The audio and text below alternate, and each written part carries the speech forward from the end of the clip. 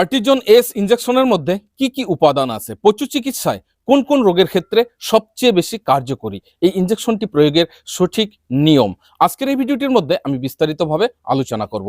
নমস্কার, আমি Krishna Dakua, Dakua goat farm YouTube চ্যানেলে আপনাদের সকলকে স্বাগতম।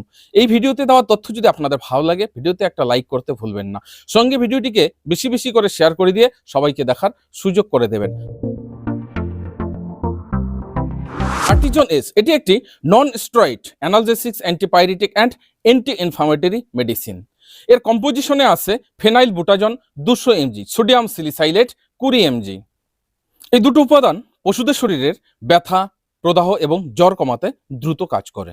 আর্টিজন এস ইনজেকশনটি বিশেষ করে পশুদের স্ট্রেন, স্প্রেন, লাক্সেশন, এছাড়াও যদি কোনো পেশিতে আঘাত লাগে, হাড়ে আঘাত লাগে, পা ভেঙে যাওয়া, মস্কে যাওয়া বা শরীরের কোনো জায়গায় আঘাতজনিত কারণে যদি ব্যথা হয়, সেক্ষেত্রে কিন্তু এই মেডিসিনটি দ্রুত কাজ করে থাকে।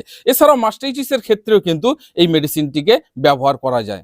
আরেকটি রোগের ক্ষেত্রে বিশেষ করে কার্যকরী, সেটা হচ্ছে যদি কোনো পশুর আর্থাইটিস হয়, পায়ের গিঁট ফুলে যায়, সেক্ষেত্রে বিভিন্ন রকমের ব্যথানাশক মেডিসিন প্রয়োগ করেছেন, কাজ হয়নি। যদি এই আর্টিজন এস ব্যবহার করেন, দেখবেন খুব দ্রুত আর্থাইটিসে এ কার্যকরী।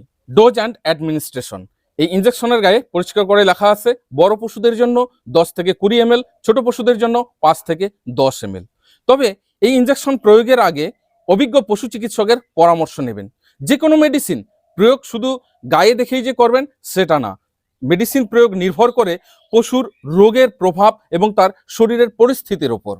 এই ইনজেকশন প্রয়োগের রুট কিন্তু মেডিসিনের গায়ে লেখা নেই। এটি আইএম, আইভি দুইভাবেই প্রয়োগ করা যায়, তবে আইভিতে খুব স্লো প্রয়োগ করতে হয় এবং রোগের প্রভাবের উপর নির্ভর করে আপনি কোন রোগের ক্ষেত্রে এই ইনজেকশনটি প্রয়োগ করতে চান তার উপর নির্ভর করেই আইভি করতে পারেন।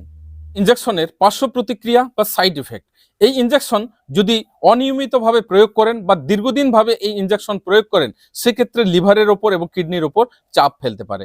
এছাড়াও এর থেকে অ্যালার্জি হতে পারে, বদহজমের সমস্যা হতে পারে এবং পেটে ব্যথা অবধি হতে পারে।